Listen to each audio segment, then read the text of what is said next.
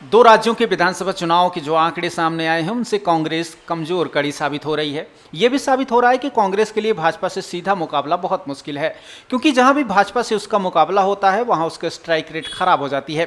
कांग्रेस के मुकाबले विपक्षी गठबंधन इंडिया की दूसरी पार्टियों का स्ट्राइक रेट भाजपा के मुकाबले बेहतर होता है। तभी महाराष्ट्र और झारखंड या उससे पहले हरियाणा और जम्मू कश्मीर के चुनावी नतीजों का भी बड़ा सबक कांग्रेस के लिए ये रहा है कि वो भाजपा से लड़ने की रणनीति पर काम करने की आवश्यकता महसूस कराती है।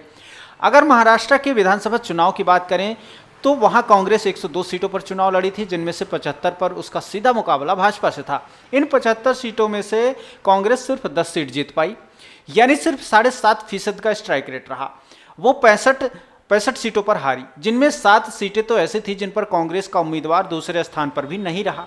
सोचें, एकदम आमने सामने की लड़ाई में भी 7 सीटों पर लोगों ने किसी और पार्टी को या उम्मीदवार को कांग्रेस से बेहतर माना है। इसके मुकाबले 27 सीटों पर वो भाजपा की सहयोगी पार्टियों के खिलाफ लड़ी, उसमें से 10 पर जीत हासिल की, यानी कि 40% का स्ट्राइक रेट रहा।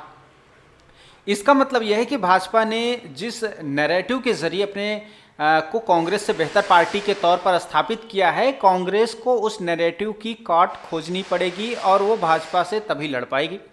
कांग्रेस में झारखंड मुक्ति मोर्चा और कांग्रेस का गठबंधन जीत गया, लेकिन वहां भी कमजोर कड़ी कांग्रेस ही थी।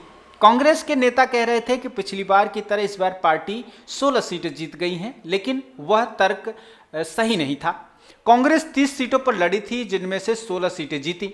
उनमें से 50% से थोड़ी ज्यादा सीटें जीती हैं, परंतु झारखंड मुक्ति मोर्चा 41 सीटों पर लड़ी थी और 34 सीटें जीती, यानी कि उसने 80% सीटें अपनी जीती हैं। जिस तरह से महाराष्ट्र में भाजपा की स्ट्राइक रेट रही, वैसे स्ट्राइक रेट झारखंड मुक्ति मोर्चा की रही। राजद ने भी 6 सीटों पर चुनाव लड़कर 4 सीटें जीती, यानी कि उसका स्ट्राइक रेट 66% रहा।